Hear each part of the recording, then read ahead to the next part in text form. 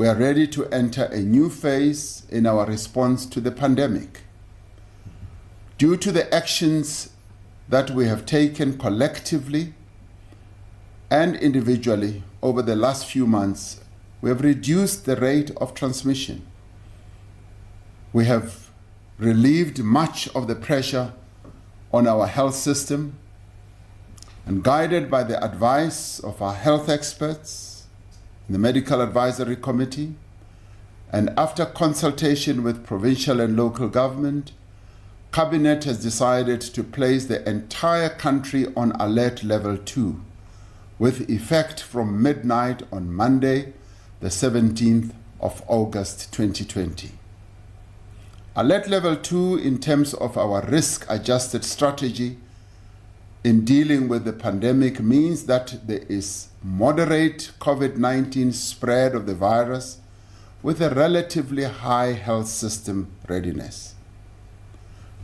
The move to level 2 means that we can remove nearly all of the restrictions on the resumption of economic activity across most industries. Economic activity will be allowed with the necessary and appropriate stringent health protocols and safety precautions in place. Therefore, the following changes will take place with effect from under level 2. All restrictions on interprovincial travel will be lifted.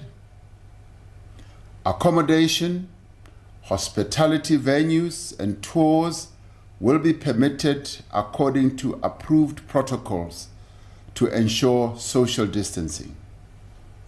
Restaurants, bars, and taverns will be permitted to operate according to approved protocols as to times of operation and numbers of people.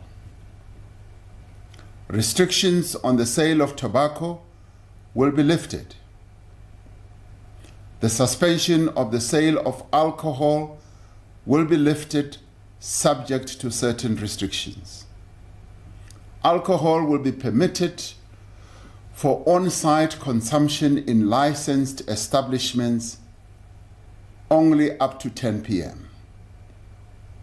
Liquor outlets will be allowed to sell alcohol for off-site consumption from Monday to Thursday during the hours of 9 a.m. to 5 p.m. only. Restrictions on family and social visits will also be lifted, although everyone is urged to exercise extreme caution and undertake such visits that are absolutely necessary. Infections have been known to take place during family visits, endangering family members, and sometimes leading to the deaths of some of family members. And it is for this reason that we say we should be cautious.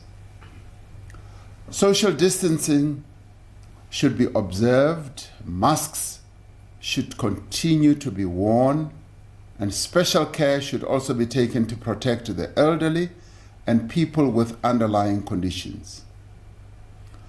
Familiarity with each other should not allow us to forget these precautions.